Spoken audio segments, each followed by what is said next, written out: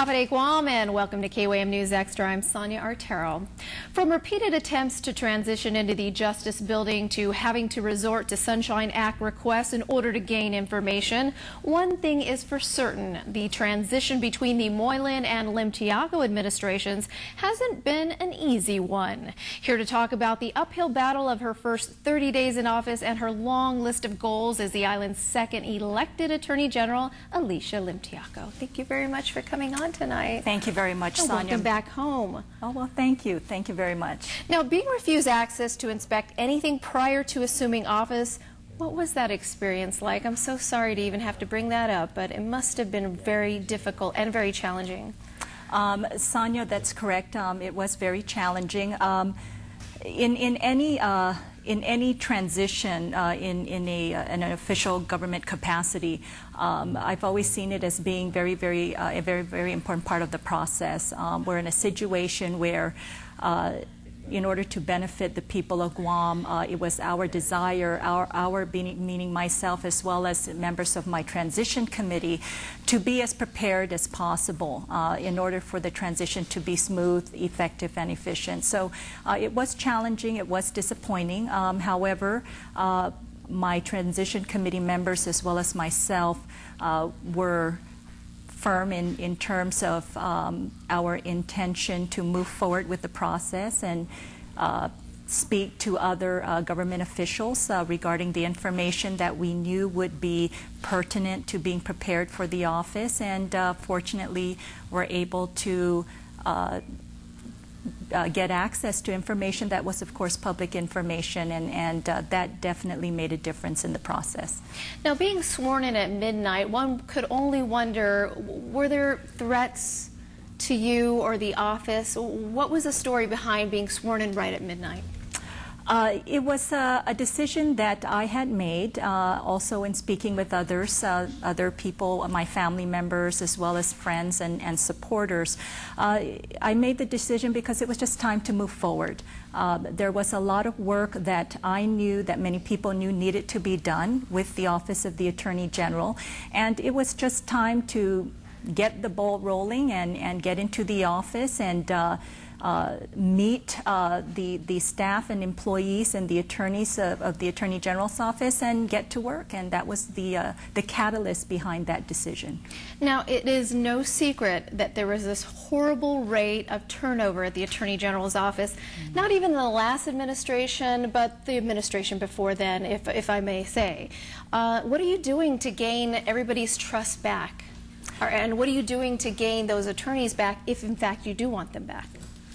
I believe that it's important that when we take a look at the leadership of the office and the mission and policy objectives of the office, that the message is being sent to those individuals, attorneys who may be thinking about either coming back to the office or joining the office for the first time, or other persons who may be filling other staff positions, that they see that we are very sincere in our efforts to make improvements in the office, to provide services and projects that will ultimately benefit the people of Guam, that we come in there with really the purpose of making sure that professionalism is instilled in the office, making sure that when we talk about cooperative working relationships among branches of government, among our law enforcement personnel, among our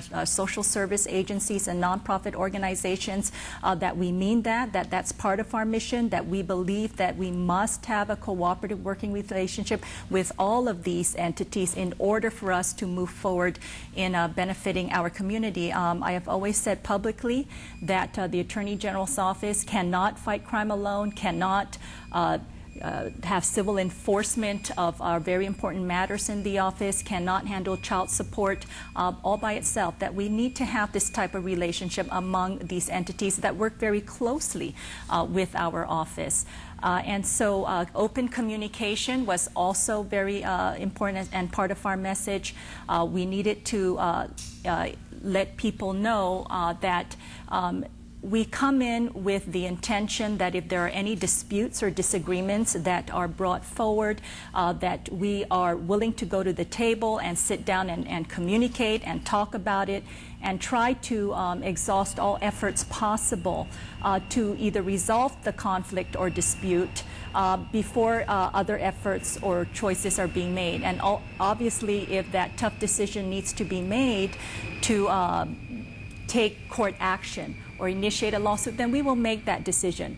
But as we all know, exhausting all efforts by open communication and dialogue will be the first step. And I've always also said publicly, and also as a private practitioner, I know this firsthand professionally, that litigation, of course, is very, very expensive. And we want to be very careful with how we use our taxpayers' monies. I know that has been a big issue with our community. Now, I recently had Senator Frankie Shizaki on the show, and he had introduced a bill. I think it was correct me if I'm wrong, Bill 39, and it's to ease the process of transition, such as the AG's office. Is that something you would support wholeheartedly as a result of your treatment? Absolutely, Sonya. In fact, our office, we did go to the public hearing this morning, and our intention there was to make it known that we, of course, wholeheartedly support the intention and spirit behind the bill for the very reasons that we understand how important it is to have a transition that is smooth. And this is not this is, again, a process that benefits the entire community. And I've always said there are transitions that take place across the country with other offices of attorneys general, and in my communications with the National Attorneys General Association, where I met other attorneys generals across the country, I mean, we talk about that. That's something that is highly recommended, and the more that you can communicate with each other and establish sort of that professional relationship at the outset, you know, the better it is for everyone involved, including the employees and staff and attorneys who are currently with the office. And as part of your transition, you actually faced a whirlwind before you. You had so many things that you had to do in a matter of days, and we're going to talk more about that when we come back, so please stay with us.